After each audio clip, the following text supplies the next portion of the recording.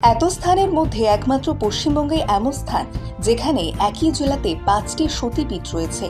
লালমাটির দেশ বীরভূমকে বলা চলে মা কালীর চরণভূমি।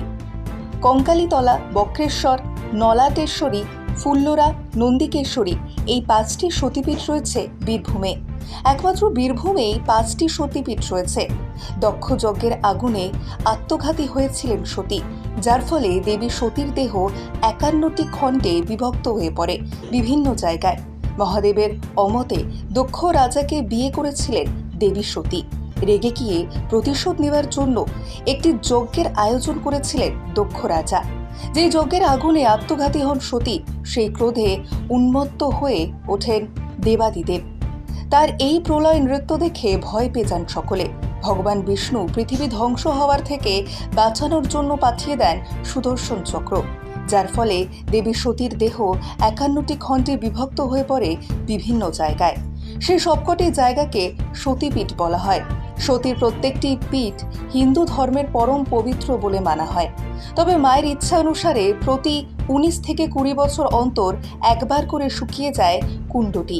আর ঠিক সেই সময় যে কোনো কারণেই হোক বন্ধ হয়ে যায় মণিকর্ণিকা ঘাটও। আর এবার পুজো পাঠের পরে রাতারাতি জলে ভরে যায় কুণ্ডে। 51 সতীপীঠের অন্যতম বীরভূমের বক্রেশ্বর। ঋষি অষ্টবক্র মুনির নাম অনুসারে এই জায়গার নাম হয় বক্রেশ্বর। সতীর 2 ভ্রু মধ্যস্থল অর্থাৎ মন পড়েছিল এখানে। মা এখানে মহিষমর্দিনী দুর্গারূপে পূজিত হন। তার প্রতি বছর এখানে ধুমধাম করে দুর্গাপুজোর আয়োজন করা হয়। পুরাণ অনুযায়ী একদিন কোহলি মুনি বেদ পাঠ করেছিলেন। ঠিক সেই সময় তার সামনে বসে পাঠ শুনেছিলেন তার সন্তান সম্ভবা স্ত্রী গার্গী। সেই সময় হঠাৎই গার্গীর গর্ভের সন্তান পেটের ভেতর থেকে মুনির বেদ পাঠে ভুল ধরেন এবং তাতেই রেগে গিয়ে স্ত্রীর গর্ভের সন্তানকে অভিশাপ দেন তিনি। এরপর গার্গী সন্তান প্রসব করলে তার 8 অঙ্গ বাঁকা হয়। সেই সন্তানই পরে হয় অষ্টবক্র মুনি। এই অষ্টবক্র মুনি এই জায়গায় হাজার হাজার বছর তপস্যা করে মহাদেবের দর্শন পেয়েছিলেন। মহাদেবের নির্দেশ মতো 8 জায়গায় মাটি খুঁড়ে শরীর লেপন করে এবং দিব্যাঙ্গ রূপ পান অষ্টবক্র মুনি। সেই থেকেই এই জায়গার নাম বক্রেশ্বর।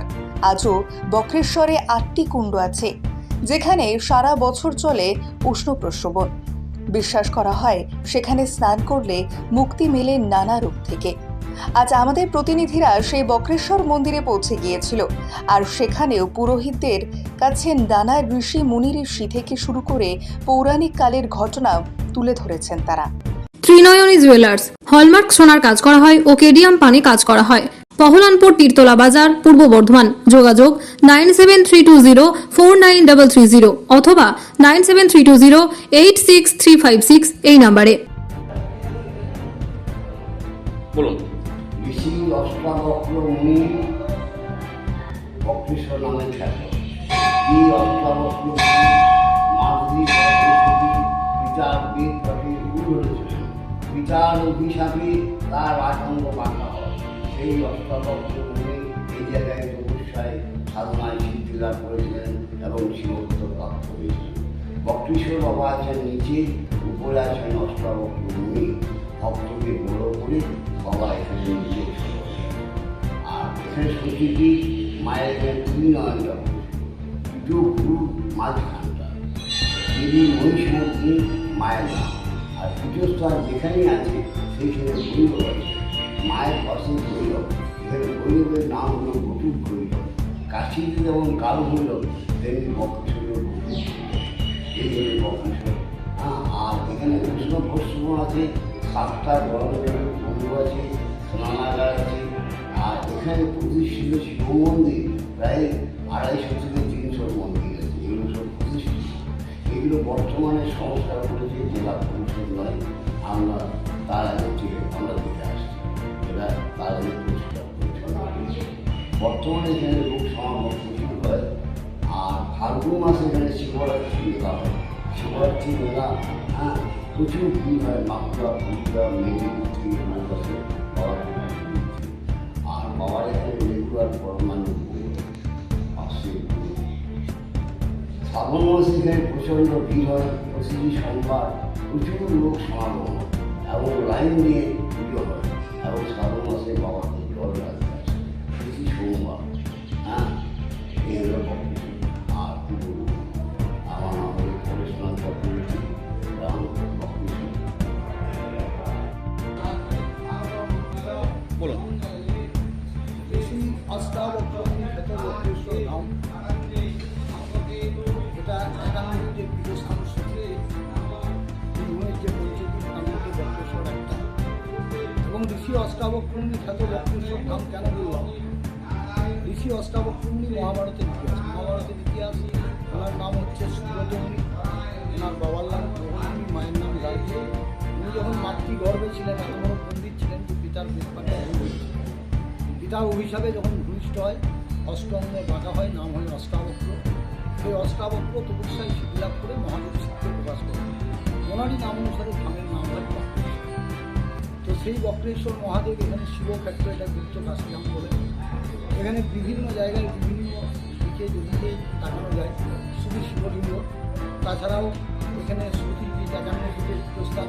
বিশেষ করে মায়ের এখানে যেটা পড়েছে মনস্থান, যেটাকে বলছে থার্ড আই, যে মনস্থান মায়ের 51 পীঠের মধ্যে এত গুরুত্বপূর্ণ একটা জিনিস।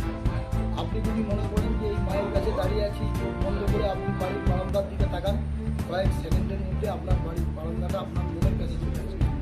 মন হচ্ছে আমাদের সবারই চঞ্চল, সেই চঞ্চল মনকে স্থির করার জায়গা হচ্ছে বক্রেশ্বর। এখানে মায়ের মনস্থান হচ্ছে 51 পীঠের পীঠ। এবং পীঠস্থানের পাশেই হচ্ছে ভৈরব, যে ভৈরব ক্ষেত্রপাল গোপীনাথ ভৈরব। এছাড়াও বহু সাধু সন্ন্যাসী আশ্রম রয়েছে। সাধু গুণ বৈষ্ণব প্রত্যেকেই বিভিন্নভাবে বিভিন্ন সাধনায় যুক্ত থাকেন। তারা নিজ নিজের সাধনা করতে থাকেন। এবং এই সমস্ত আশ্রম ছাড়াও এখানে বিশেষ যেটা রয়েছে বাবার কাছে গরম জল হট স্প্রিং, যে হট স্প্রিংয়ের জন্য বহু মানুষ এখানে আসেন। তাদের একটা সময় বাতের যদি কোনো ব্যথা থাকে, বাতের ব্যথা হঠাৎ করলে সুস্থ হয়। এবং তাছাড়াও এখানে একটা বিশেষ জিনিস আছে, যেটা হচ্ছে চারিদিকে গরম জলের কুণ্ডু, মাঝখানে একটা কুণ্ডু, যেটা জীবোৎস কুণ্ডু, মানে যেখানে মৃত আত্মা জীবাত্মাই তৈরি হয়। মানে সংস্কার আছে যে সেখানে যদি কারো বন্ধা বাচ্চা না হয়, তাহলে সেই জলে স্নান করলে বাচ্চা সন্তান লাভ হয়। এটা পরম্পরায় সংস্কৃতি নিয়ে আজও চলছে। তো সবথেকে বড় যেটা একজন সেবায়িত হিসেবে আমার যেটা খুব আক্ষেপের ব্যাপার, যে এত বড় একটা পীঠস্থান, এত বড় একটা উৎসবন অঞ্জল এবং এই শিবক্ষেত্র, এই জায়গায় যদি সমস্ত মানুষ যদি বিশেষ করে যারা প্রশাসনে আছেন তারা যদি এই জায়গাটাকে নিয়ে একটু ভাবেন, চিন্তা করেন, তাহলে এখানে বহু মানুষ আসবেন। কিছু মানুষ তো থেকেই যায় যারা শুধু নিজেদের কথাটাই চিন্তা করে, কিন্তু আমরা যারা সেবায়িত আছি, গ্রামের অনেক মানুষ আছেন যারা চিন্তা করেন যে না বক্রেশ্বরের কী করে উন্নয়ন হবে, বক্রেশ্বর উন্নয়ন, বক্রেশ্বরের মানুষ সর্বস্তরের মানুষ বেঁচে থাকবে। এবং সবথেকে বড় কথা যে আমাদের হিন্দুদের এত বড় একটা পীঠ, তো সেই পীঠের মর্যাদা সারা পশ্চিমবাংলা এবং সারা ভারত ছড়িয়ে পড়বে, এটা হচ্ছে আমাদের চরম আশা। আর একটা কথা কি, তারাপীঠে মা রয়েছেন, মা আছেন, বামদেব খ্যাত তারাপীঠ। কিন্তু দেখেছি বেশ কিছু মানুষের একটা প্রবণতা, এটা মায়ের ইচ্ছা কিনা জানি না, আধ্যাত্মিকতাবাদের জন্যই যান, যে সকলেই গিয়ে যে তারাপীঠে মাকে পুজো দিচ্ছে। কিন্তু এই যে ব্যাপার, তো এটা যদি বক্রেশ্বরে একদিকে শৈবপীঠ, শাক্তপীঠ, পীঠস্থান মা রয়েছেন, বক্রেশ্বরে আসার জন্য যদি সরকারিভাবে আগ্রহ করা হয় তাহলে মনে হয় ভালো হবে। এটা আমার ব্যক্তিগত ইচ্ছা। আপনার নাম? জয়ন্ত আচার্য, আমি বক্রেশ্বর মন্দিরের সবাই। বলুন। শুনুন, বক্রেশ্বর হচ্ছে বহু প্রাচীন ধাম এবং গুপ্ত কাশী। বক্রেশ্বরে অষ্টাবক্র মুনি এখানে 60,000 বছর তপস্যা করেছিলেন। 60,000 বছর, মনে রাখবেন। তো সেই অষ্টাবক্র মুনির 8টা অঙ্গ বাঁকা ছিল। কহল মুনির সন্তান, সেই তার পিতার অভিশাপে তার 8টা অঙ্গ বাঁকা হয়। সারা পৃথিবী ঘুরে বক্রেশ্বর ধামে এসে সাধনায় সিদ্ধিলাভ করেন। কী করে মাংস পিণ্ডরূপে জন্ম হয়েছিল, পিতাও কেনই বা অভিশাপ দিয়েছিল? ওই অষ্টাবক্র মুনি যখন মাতৃগর্ভ অবস্থায় ছিলেন তখন তার বাবা বেদপাঠ করছিলেন। সেই বেদপাঠে তার কোনো জায়গায় হয়তো ভুল হয়েছিল। সেই মাতৃগর্ভ অবস্থা থেকেই সেই বেদপাঠে উনি ভুল ধরেছিলেন। সেই জন্যে তার পিতা ক্রোধান্বিত হয়ে অভিশাপ দিয়েছিল যে তুমি যেই হও না কেন, তোমার পৃথিবীতে যখন জন্ম হবে তোমার কোনো আকার থাকবে না, একটা মাংসপিণ্ড রূপে তোমার জন্ম হবে। তো সেটাই হয়েছিল। তো সারা পৃথিবী ঘুরে ঘুরে, সারা পৃথিবী, হোল ওয়ার্ল্ড, সারা পৃথিবী ঘুরে বক্রেশ্বর ধামে এসে সাধনা করেন, সেই সাধনায় সিদ্ধি লাভ করেন। এবং সেটা সময়টা হচ্ছে 60,000 বছর। বক্রেশ্বর বাবার কাছে সাধনা করে পূর্ণ প্রাপ্তি পান। আপনার তখন থেকে তার সৃষ্টি, এই যে আপনার এই যে 8টা গরম জলের কুণ্ড যেটা রয়েছে, অগ্নিকুণ্ড, খারকুণ্ড, ব্রহ্মকুণ্ড, শ্বেতগঙ্গা, বৈতরণী গঙ্গা, সূর্যকুণ্ড, সৌভাগ্যকুণ্ড, যে এই সমস্ত কুণ্ডগুলো রয়েছে, তখন উনি ওই 8টা কুণ্ডতে স্নান করার পরে উনি ধ্যানস্থ হয়েছিলেন। ধ্যানস্থ হতে হতে হতে হতে 60,000 বছর পেরিয়ে যায়।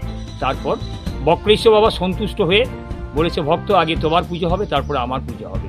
সেই জন্যই বক্রেশ্বরে ভক্তের পুজো আগে হয়, ভগবানের পুজো পরে হয়। অপরদিকে রয়েছে আপনার মহাপীঠস্থান, মায়ের দুটো ভুরুর মাঝখানটা পড়েছে, ত্রিনয়ন মনপাত দেবী মহিষাসুর মর্দিনী দুর্গা মায়ের নাম। মায়ের মনটা পতিত হয়েছে, যে আমরা চোখ মুজলে যেটা সারা পৃথিবী দেখতে পাই, সেই জায়গাটা এখানে পতিত হয়েছে। তার পাশে রয়েছে আপনার এখানে দুর্গা পুজোর সময় বিশেষ পুজো হয়, সপ্তমী, অষ্টমী, নবমী, দশমী। নবমীতে প্রায় 5-6 হাজার লোককে মায়ের প্রসাদ খাওয়ানো হয় বিনা পয়সায়, কোনো পয়সা লাগে না। মহাসমারোহে মায়ের পুজো হয়। ফাল্গুন মাসে শিবরাত্রিতে শিবের উপলক্ষে মেলাটা হয়। ক্ষেত্রপাল বটুকনাথ ভৈরব রয়েছেন। তাছাড়া বহু প্রাচীন তীর্থ, তো এখানে প্রায় আপনার প্রায় 500 মতো শিব মন্দির রয়েছে। এখন অনেক ভগ্নপ্রায় হয়ে গেছে, আপনারা হয়তো দেখতে পাবেন যে ভগ্নপ্রায় হয়ে গেছে। একটা অক্ষয় বটবৃক্ষ রয়েছে, কয়েক হাজার বছরের গাছ। সেই গাছটার আপনার মূল যে কোনটা আজও আমরা বুঝতে পারিনি, এবং অনেক বৈজ্ঞানিকরা এসেছেন, তারাও বুঝতে পারেনি যে এটা মূল কোনটা। সমস্ত আপনার ডালপালা বেরিয়ে বহু শিবের মন্দিরকে আঁকড়ে ধরে বহু শিব মন্দির ধ্বংস হয়ে গেছে, সেই শিকড় বাকড় রয়েছে, বহু মন্দিরকে এখনও পর্যন্ত ধরে রয়েছে। এই সমস্ত বিষয়গুলো রয়েছে। ভবতারিণী মন্দির রয়েছে, মানগিরি বাবা রয়েছে, কাটা হরবর্তী, যে কালাপাহাড় তখনকার হিন্দুদের দেবদেবী যখন ধ্বংস করেছিল, সেই তখনকার মূর্তি, কৌষ্টিক পাথরের মূর্তি আমাদের এখানে মায়ের কাছে পূজিত হচ্ছে। হর এবং পার্বতী দেখবেন যে আপনারা যদি দেখতে পান, দেখবেন যে ওটা আপনার ধ্বংস, হাত পা সমস্ত কাটা রয়েছে। তারপর আপনার বহু প্রাচীন, বহু আপনার এখানে তান্ত্রিক মতে এই যে বহু সাধক এখানে এসে ধ্যান ধারণা করেন রাত্রিবেলায়। কেউ বুঝতেও পারে না, কেউ জানতেও পারে না। পঞ্চমুণ্ডী আসন রয়েছে। আমরা সকালে এসে দেখছি যে এখানে কোনো একটা কাজ হয়েছে, আমরা মন্দিরে এসে দেখতে পাই। এবং অলৌকিক তার ঘটনা আমরা বহু ক্ষেত্র আমরা দেখতে পেয়েছি, যে অলৌকিক ঘটনা ঘটছে মন্দিরের মধ্যে। বহু সাধু, বহু সন্ন্যাসী, এখানে খাকি বাবা বলে এক বিরাট সাধক ছিলেন, উনি মায়ের মূর্তিটা প্রতিষ্ঠা করেছিলেন। অপরদিকে বামাখে বা বক্রেশ্বরে এসে সাধনা করেছিলেন মণি ঋষিরা। এখানে আপনার তৈলঙ্গ স্বামী এসেছিলেন, সমস্ত আপনার লোকনাথ বাবা এসেছিলেন বক্রেশ্বর ধামে। ওনারা এসে ধর্মপ্রচার করে গেছেন, এখানে ধ্যান ধারণা করে গেছেন। বক্রেশ্বর গুপ্ত কাশী, তো যার জন্য আপনি দেখবেন যে বক্রেশ্বরটা যে খুব একটা প্রচারের মাধ্যমে আছে, আলোয় আছে, অন্যান্য তীর্থস্থানের মতো বক্রেশ্বর এত প্রচারের মধ্যে নেই। গুপ্ত কাশী, বাবা বলছেন যে আমি গুপ্ত অবস্থাতেই থাকতে চাই। বাবার প্রতিদিন ভোগ হয়, বাবার এখানে পরমান্নের ভোগটা হয়, পায়েসের ভোগটা হয়। আর এখন আমরা লক্ষ্য করে দেখছি যে প্রায় দিন ভক্তরা এখানে ভান্ডারা দিচ্ছে, সেই ভান্ডারগুলো প্রায় দিনই হচ্ছে এবং ভক্তরা সবাই এখানে সেবা করছে। শ্রাবণ মাসে ধরুন কোনো মাসে 4টে সোমবার পড়ে, কোনো মাসে 5টা সোমবার পড়ে। তো সোমবারের ভিড়গুলো চোখে পড়ার মতো, লক্ষ লক্ষ মানুষের ভিড় হয়। ওই যে আমরা যে তারকেশ্বরে যেমন কি ওই বাঁকি করে জল নিয়ে যায়, ঠিক বক্রেশ্বরে সেইভাবেই জল নিয়ে এসে বাবার মাথাতে জল ঢালেন। এবং সেই সময় ভান্ডারের ব্যবস্থাও থাকে, বহু দান ছত্র থাকে, সবাই এসে আপনার খাওয়া দাওয়া করে, সেই ব্যবস্থাগুলো রয়েছে। তারপর আমরা প্রশাসনিক দিক দিয়ে যদি বক্রেশ্বরটা একটু নজর দেওয়া যায়, প্রশাসনিক দিক দিয়ে যদি বক্রেশ্বরে একটু নজর দেওয়া যায়, আশা করছি বক্রেশ্বর আলোকিত হবে। অনেক নেতা মন্ত্রীদেরকে আমরা বলেছি যে আপনারা একটু বক্রেশ্বর নিয়ে একটু চিন্তা ভাবনা করুন, তো ওনারা আসেন, প্রতিশ্রুতি দিয়ে যান। আসলে সেভাবে কোনো কাজ আমরা পাচ্ছি না। যদি প্রশাসন যদি আরও ত্বরান্বিত হয়ে বক্রেশ্বরের দিকটা একটু লক্ষ্য করেন, আশা করি আমরা উপকৃত হব। এবং হাজার হাজার যে তীর্থযাত্রী, লক্ষ লক্ষ যে তীর্থযাত্রী তারা আসছেন, তারা উপকৃত হবেন এবং সামগ্রিকভাবে জায়গাটা আরও সুন্দর করে গড়ে উঠবে। আপনার নাম? আমার নাম দেবনাথ মুখার্জি, আমি মন্দির সেবায়িত সমিতির একজন সদস্য এবং বক্রেশ্বর বাবার মন্দিরের আমি সেবায়িত। ভাত ছাড়া বাঙালির দিন চলে না। আমিষ হোক বা নিরামিষ, যে কোনো পদের সাথেই চাই ধোয়া ওঠা গরম ভাত। আর সেই ভাত যদি হয় বাসন্তী গোল্ড চালের, তাহলে তো কোনো কথাই নেই। বাসন্তী গোল্ড, নামেও শোনা, রূপেও শোনা। সুস্বাদু ঝরঝরে ভাত খেতে বাড়িতে আনুন বাসন্তী গোল্ডের মিনিকেট টেন, কারিশমা, বাঁশকাঠি এবং রত্না সহ বিভিন্ন ধরনের উন্নত মানের চাল। আমাদের ঠিকানা মা বাসন্তী রাইস মিল, মিরপুর, উচালন, পূর্ব বর্ধমান। আমাদের যোগাযোগ নম্বর 6296406470। আমাদের আরও একটি যোগাযোগ নম্বর হলো 9475740509। মনে রাখবেন, মা বাসন্তী রাইস মিল।